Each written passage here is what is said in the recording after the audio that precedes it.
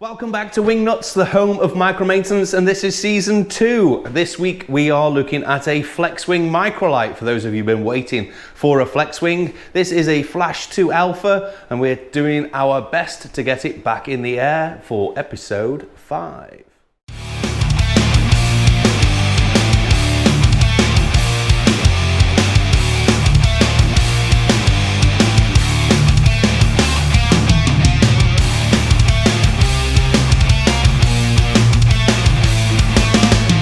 Okay, so this Flash 2 Alpha came to us pretty much when we first started building our world headquarters. So it was one of the first aircraft that we were able to get into. It was quite a big project. We hadn't even started our channel Wingnuts yet, so there's a lot of the airframe work that we don't cover in this footage. However, what we do get to see is the engine work that we were doing on this aircraft, and that was some of the most important stuff that needed to be done.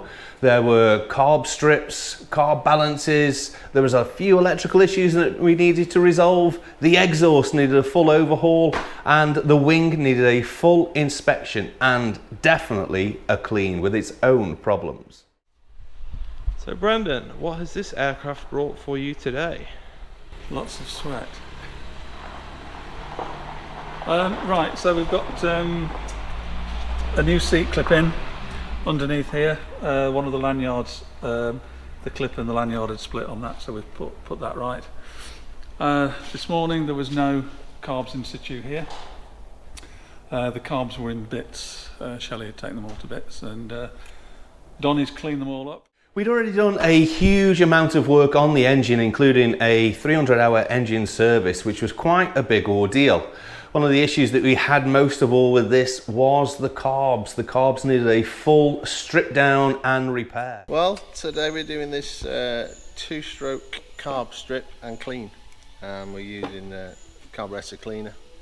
We're cleaning all the jets. I've taken all the jets out and all the floats, and we're just doing a basic re-clean and reassembly. So all cables attached, choke cables, throttle cables, breather pipes, fuel pipes and air filters. Once the aircraft had its airframe work done, the first thing we needed to do was get the exhaust back onto the aircraft. This has got a few spot welds that needed to do with it. The bracketry needed again a few repairs, and we thought we'd go and touch it up with some exhaust paint so that it looked proper and didn't continue to rust. Might do all 8, Alan. The way that's gone, might do all 8.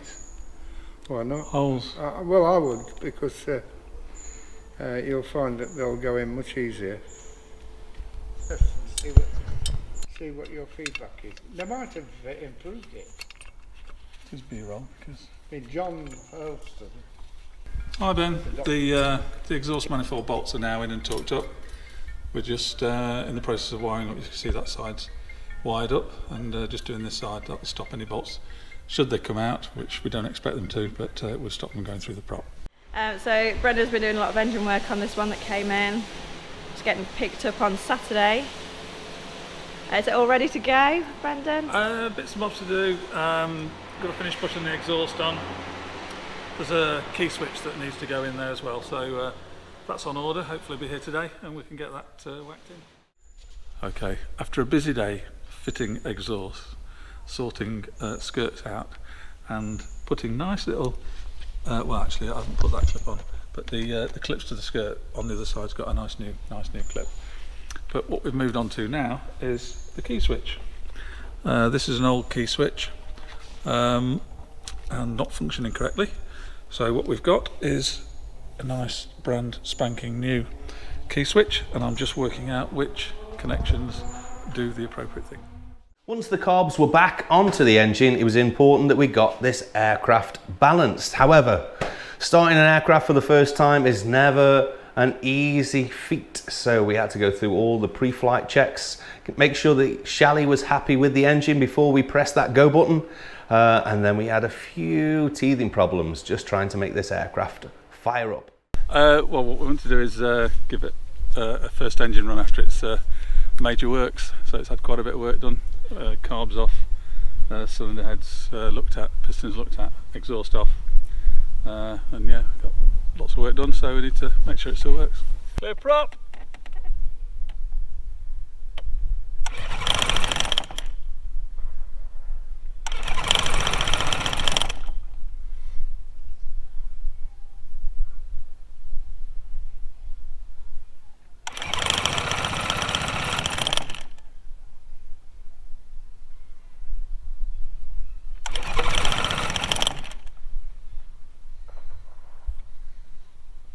We tracked down that the issue was with the choke levers, and so where it goes into a splitter, one of the Bowden cables had become disconnected. So the guys set to work in replacing the cable, replacing the connection, and then trying again to get the aircraft started. No, we've got to get to the other side of that piston.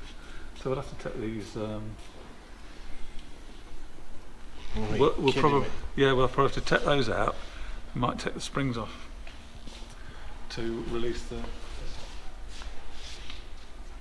What's actually happened? We didn't want to be doing that. No. Mark, we didn't want to be doing that. We just don't want to be doing it. Right. Taking this choke thing to bits. It must be serviceable.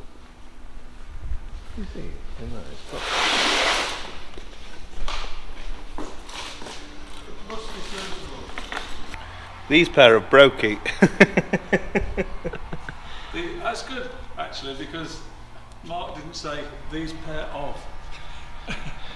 Okay. So if you come look in here, this is a see that? Yeah. So this is the choke assembly, and it's one cable to two, so a split bridle, and the main choke control cable that goes in there, the swaged end has come off, and so we have the joys of trying to find out how to get into it so we can reattach it. So you see that little, it's called a nipple on the end there, which would normally be attached to a cable. Mm-hmm. That's pulled off. The cable's pulled through, and we've had to take all of this choke mechanism to bits to be able to replace this cable and put this new cable in, which will fit in there just like that, and then pull on those two cables to open and close the choke.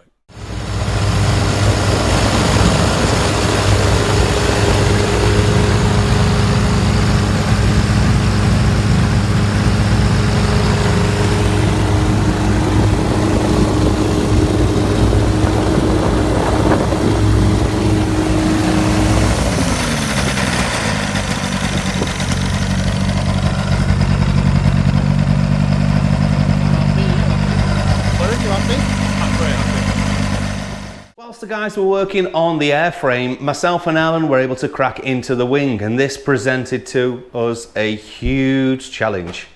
The wing itself had been kept in storage in a bag for a number of years, and certainly when it came to us, the current owner had never even taken it out of its bag. So we were very, very cautious when opening this for the first time, because we didn't know what we were going to get. As you can see, here is a Flash 2 Alpha wing. It was all wrapped up in blue plastic. This is our first unveil, so no idea what we're going to discover, what we're going to find. So we're going to take a good look at it, give a visual inspection, probably put it under some light tension first of all, and no doubtedly we're going to give it a clean. We're definitely going to give it a bets test and just check all its component parts. Not a full wing strip down, just more of an inspection before we progress any further. We don't want to start giving the customer a bigger and bigger bill, and at the end of it go, yes, you need a new wing. So we're just going to progress carefully, see what we discover. Enjoy the journey with us.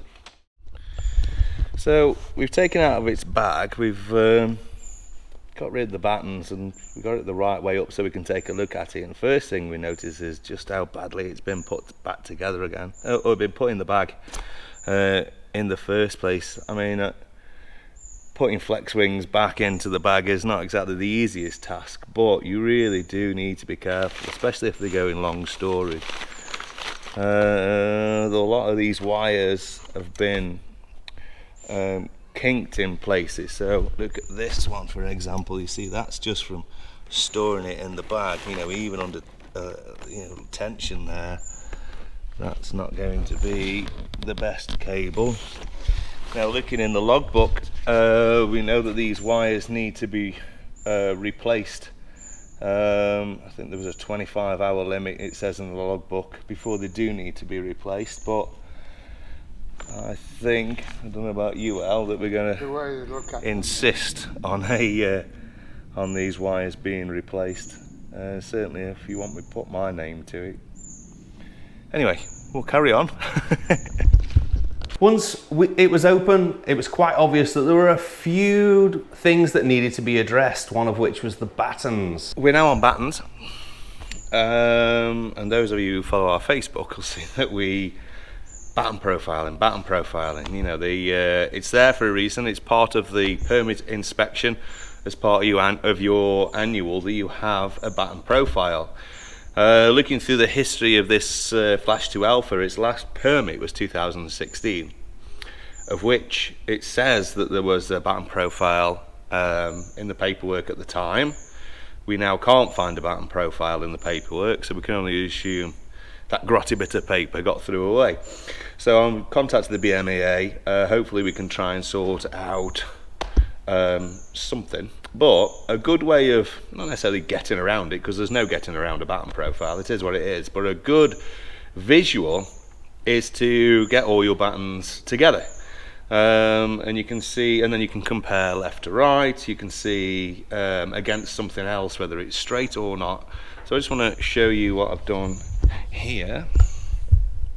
You can see we've got the red ones on this side, green ones on that side, and if you look down, I've bunched them into their respective groups. So these are root out to the tip. If I just come down there, you can see there's a number of bent ones. It's only when you get down to this bottom end you see just how badly some of them are bent. So obviously they're ones that we can resolve relatively easily. That end is easy enough to sort out. What's not so easy to sort out is the cambered end. Now you can see these are relatively grouped together following a similar line. These ones not so much, but again, this is why we have a baton profile. Which ones are right? Are these ones right, or are those ones right? This is why that baton profile is so important. Protect it with your lives. So what we're going to do is try and just because we're going to rig it so we can clean it ultimately until we find an actual baton profile. Just going to get out some of the obvious tweaks, some of the obvious bends, just so we can rig the aircraft wing, and then we can look at getting it cleaned. There was also some damage to the wing that we were able to do some repairs, but we want to make sure that the aircraft was in tip-top condition, so time to get that wing rigged. And to get a better look, we supported it on some chairs. Now this is a great way of being able to look at your wing. Certainly one that we've not looked at before. We don't want to put too much tension on. Want to make sure that no cables have been snagged inside it and anywhere. It's a great way of accessing and seeing things a lot more, but obviously it's easier to pop it on some chairs and use a wheelie ramp just so you can wheel around and get a better look inside. As you can see, the wing is particularly filthy. I don't know if you can see my hands already, but they're pretty much black. We've had a good look around the wing on a visual inspection.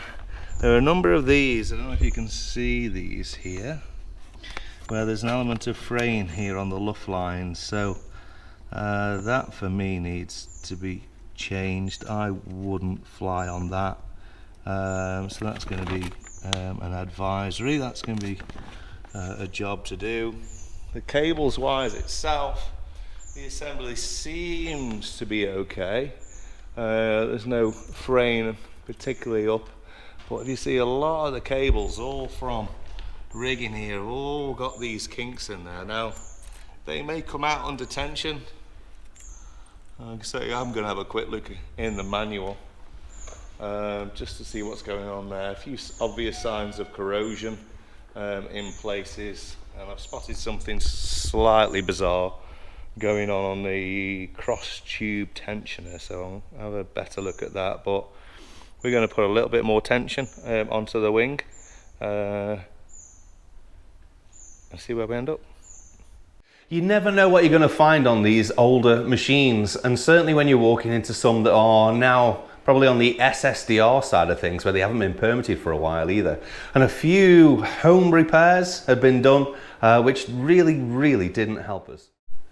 So here's another bodge repair. Just see if I can demonstrate what's going on here. It looks like at some point these were attached. You see there, and then they've tied in a new bit of string. This is great because when you're pulling on one side, it levers against the keel, so it's a lot easier to pull. You are a levering action. But if you can see down there, that knot, some burgess on this, the knot down there catches on the pulley and will allow me to pull it on my own. It just won't pull through any further. So the only way I can do this is by pulling on both, thus levering the camber action. I can't even begin to tell you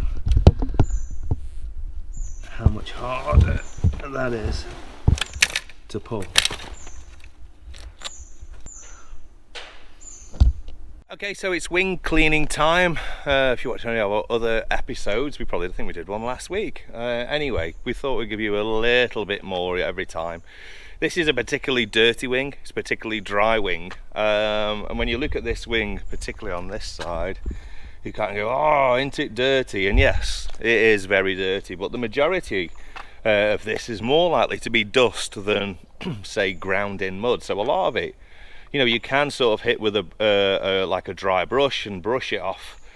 It's obviously easier to wash it off. We use a Karcher K2 compact. This is about the least powerful pressure wash you can get. I think it's about 1.4 kilowatts, which is about 100 and something bar, obviously depending on what's going in. And I'm going to show you how we go about it first. So the last thing you want to do is be anywhere close. If you can cut your skin with the pressure washer, you will cut the fabric. So, you know, I'm not saying test by putting it under your skin, but I'm pretty sure you'll be aware if you've cut yourself on your pressure washer. First thing that we do is we wet the entire skin down, so just using like a normal hose. So that's both sides, top and bottom, cleaned with Starbright Soap Cleaner, rinsed, cleaned and then rinsed again. What we need to do now is let the thing dry, so I'm going to move it out of the direct sunlight into our hanger so it can dry humidly rather than using the beating sun. And whilst it does that, I think I'm going to go for a fly in a PB. Unfortunately, this aircraft was the first and currently the only aircraft that's left here where we haven't been able to issue it with its permit to fly. Unfortunately, the service bulletin requiring the wing wires to be replaced was not adhered to, so we were unable to issue a permit to fly at this time. However, we did advise the owner and hopefully he will be looking at getting those wires replaced soon. And that's it for Wingnuts episode 5. We hope you've enjoyed it. We personally love a project here at Micro Maintenance, particularly one of the older Flexwings. We really do like getting those aircraft restored and in the best possible condition that we can possibly make it. Anyway, thanks again for watching, guys. We really appreciate it. Don't forget to leave us a comment in the section below. If you want to receive notifications, make sure you click on the notifications at the bottom. But until next week, guys, thanks ever so much.